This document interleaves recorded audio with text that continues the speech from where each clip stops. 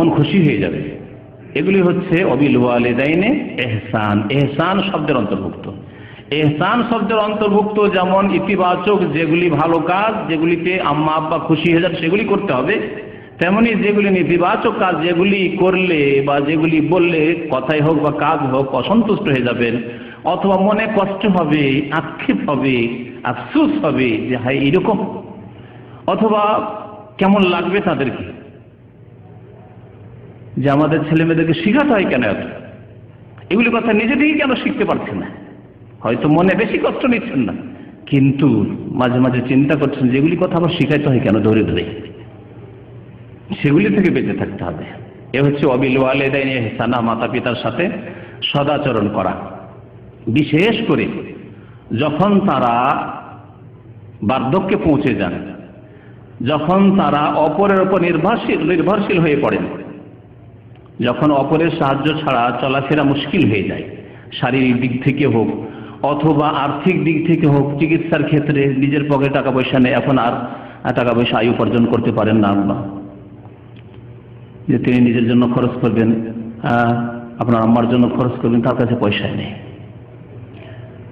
এইরকম সময় চলাফেরা করতে অসুবিধা হচ্ছে, বেশি কথা বলতে অসুবিধা হচ্ছে, মেহনত করতে অসুবিধা হচ্ছে। আল্লাহ পাক রব্বুল আলামিন বিশেষ করে সেই সময়ের কথা উল্লেখ করেছেন, ইম্মা ইয়াবলুগান্না ইনদাকাল কিবারা আহাদুহুমা আও কিলাহুমা। এবং ভাগ্যবান ওই সব ভাইয়েরা যারা মাতা পিতাকে বৃদ্ধ অবস্থায় পেল, ভাগ্যবান তারা, তাদের কাছে জান্নাত পাওয়ার ভালো একটি সুযোগ চলে আসলো। অতীতের গুনাহ খাতা আল্লাহর কাছ থেকে মার্জনা করাবার ভালো একটি সুযোগ চলে আসলো। ইম্মা ইয়াবলুগান্না ইনদাকাল কিবার, যদি তোমাদের কাছে বার্ধক্যে গিয়ে তাদের দুইজনে অথবা একজনে, আহাদুহুমা আও কিলাহুমা, তাদের একজন হয়তো আব্বা বৃদ্ধ হয়ে গেছিল অবস্থায় পেলেন, একজনকে পেলেন, একজন হয়তো আগেই মারা গেছে, আও কিলাহুমা, অথবা দুইজনকে পালেন বৃদ্ধ অবস্থায়, ফালা তাকুল লাহুমা উফ। আল্লাহ বলছেন এই বৃদ্ধ অবস্থায় উফ শব্দ বলিও না, বিরক্তি সূচক কোনো কথা বলিও না। উফ বলে আল্লাহ পাক রব্বুল আলামিন যে কোনো বিরক্তি সূচক কথার দিকে ইঙ্গিত করেছেন। এই না যে শুধু উফ বলবেন না, বাকি হেই আর হই, দূর। এক এক অঞ্চলের এক এক রকমের ভাষা আছে, বিরক্তি প্রকাশ করার বিভিন্ন ভাষা আছে, বিভিন্ন অঞ্চলের বিভিন্ন ভাষায়, আরবি ভাষায় আলাদা আছে, উর্দু ভাষায় আলাদা আছে, বাংলা ভাষায় আবার এক এক অঞ্চলের এক এক রকমের বিরক্তি প্রকাশ করার তরিকা আছে। সবগুলি থেকে বিরত থাকবেন আপনি। ফালা তাকুল লাহুমা উফ, তাদের জন্য বিশেষ করে এই অবস্থায় কেন বললেন? একটি কারণ হচ্ছে তার যে বার্ধক্যে সাধারণত কথা বলতে গিয়ে অনেক সময় এমন কথা বলে ফেলেন যেটি হয়তো যুক্তিসঙ্গত নয়। আমাদের দেশে একটি আঞ্চলিক কথা আছে, গাছ পাকলে তার আর মানুষ পাকলে ছারখার। মানুষ পেকে গেলে, বয়স বেশি হলে ছারখার হয়ে যায়, তখন কথা বলা ঠিক থাকে না অনেক সময়। তো এমন কিছু কথাবার্তা হয়তো বলছেন বার্ধক্য 60-70 বছরের মাতা পিতা, যেগুলি আপনাকে যুক্তিসঙ্গত মনে হচ্ছে না, ভালো লাগছে না, তখন আপনি হেই কি বলেন আপনি, ওহ এইসব কথাবার্তা বলেন না। কখনো বিরক্তি প্রকাশ করবেন না। বিরক্তিকর কথা হলেও আপনার বিরক্তি প্রকাশ করা না জবান দ্বারা যাবে, না আপনার চেহারা দিয়ে যাবে। অনেক সময় হয়তো বিরক্তি হয়তো কথার দ্বারা প্রকাশ করলেন না, কিন্তু মেজাজটা খারাপ করলেন, যেন মনটা খারাপ করে উঠলেন, চেহারাতে বোঝা যাচ্ছে যে আম্মার কথা শুনে, আব্বার কথা শুনে মুখটা কেমন করে দিয়ে যাবে। আল্লাহ নিষেধ করেছেন, কঠোরভাবে নিষেধ করেছেন। বার্ধক্যে সাধারণত এরকম অবস্থা হতে পারে, সেই জন্য আল্লাহ পাক রব্বুল আলামিন বিশেষ করে বার্ধক্যের কথা বলেছেন। না হলে আব্বা আম্মা এখনো বৃদ্ধ হননি, বয়স 30-40 রয়েছে, 45-50-এর মধ্যে রয়েছে, তখন কি করা যাবে না? তখনও করা যাবে না, তখনও হারাম বিরক্তি প্রকাশ করা। আরেকটি কারণ হচ্ছে যে আব্বা আম্মা যখন শক্তিশালী থাকেন, 40-50-এর মধ্যে বয়স আছে, তখন ছেলেরা বাবা মার সামনে বিরক্তি প্রকাশ করতে সাহস করে না। এখন আব্বা আম্মাকে বলে ভয় লাগে, এখনো মার দিতে পারে। কিন্তু যখন 60 বছর 70 বছর হয়ে গেছে বয়স, তখন কি আর মারতে পারবে? আপনার রক্ত গরম হয়ে আছে আর আব্বা আম্মা বৃদ্ধ হয়ে গেছেন, তখন তার ওই ভয় নেই। তখন বিরক্তি প্রকাশ হয়ে যাওয়া দুর্বল ইমানের মানুষ থেকে স্বাভাবিক। সেজন্য আল্লাহ পাক বিশেষ করে সতর্ক করেছেন, ইম্মা ইয়াবলুগান্না ইনদাকাল কিবারা আহাদুহুমা আও কিলাহুমা ফালা তাকুল লাহুমা উফ ওয়ালা তানহারহুমা। আর কখনো ধমক দিয়ে কথা বলবে না, শাসানিমূলক কথা বলবে না, ধমক দিয়ে। বোঝেন না কিছু, কথা বলেন, চুপ করেন। এইরকম কথা কত লোকে যে বলে মাতা পিতা, চুপ কর মা, তুই কি বুঝো, নিজেই বুঝে। আল্লাহ পাক রব্বুল আলামিন সৃষ্টিকর্তা আর মাতা পিতা জন্মদাতা, এই জন্য আল্লাহ পাকের পরে হক রয়েছে মাতা পিতার। আর তারা বুঝলো না, আপনি বুঝলেন বেশি, বলতে শিখেছেন।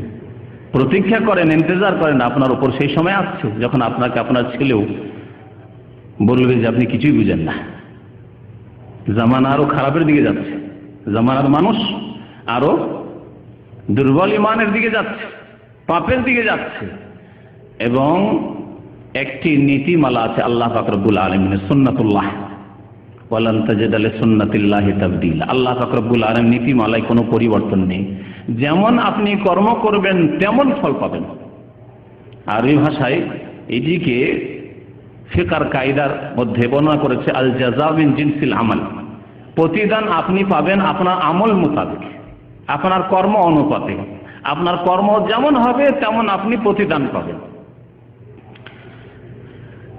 আপনি যদি মাতা পিতার ক্ষেত্রে যদি তাদের হক নষ্ট করেন, তাদেরকে দুঃখ দিয়ে থাকেন, তাদেরকে কষ্ট দিয়ে থাকেন, তাদের অবাধ্য হয়ে থাকেন, বা তাদের হক ঠিকভাবে আদায় না করে থাকেন, যতটুকু আল্লাহ পাক রব্বুল আপনাকে দায়িত্ব দিয়েছেন, তৌফিক দিয়েছেন, তাহলে আপনার সাথে আপনার ছেলেমেয়েরা তার চাইতে বেশি করবে। ওই রকমই বদলা আপনি আল্লাহর পক্ষ থেকে পাবেন। কামা তাদিনু তুদানু, আরবিতে একটি প্রবাদ আছে, যেমন কর্ম তেমন ফল অবশ্যই পাওয়া যাবে।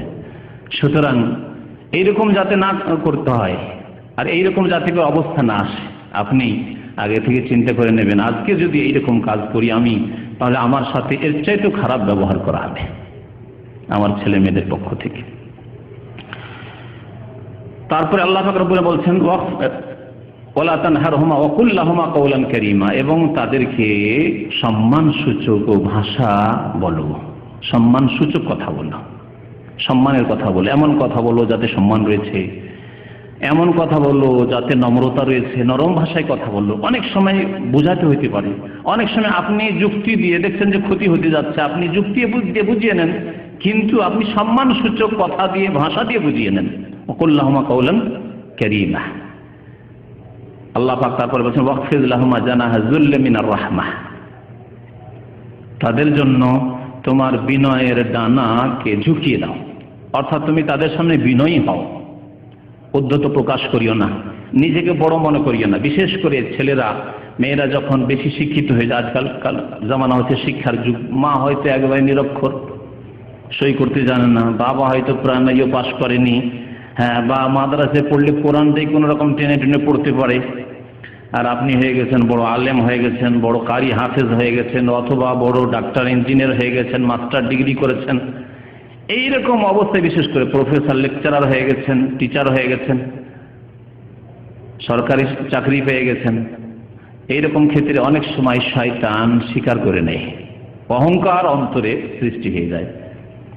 বাবা অশিক্ষিত, মা অশিক্ষিতা, লোকের সামনে পরিচয় দিতে অনেক সময় লজ্জা লাগে, চরম গুনার কাজ, অন্তরে গুনাহ রয়েছে। যদি এইরকম অবস্থা হয়, প্রথম অন্তরেই গুনাহ রয়েছে। আর তার বহিঃপ্রকাশ যদি ঘটে, কথাবার্তায়, চলা ফেরায়, পরিচয় দিতে গিয়ে লজ্জাবোধ হচ্ছে,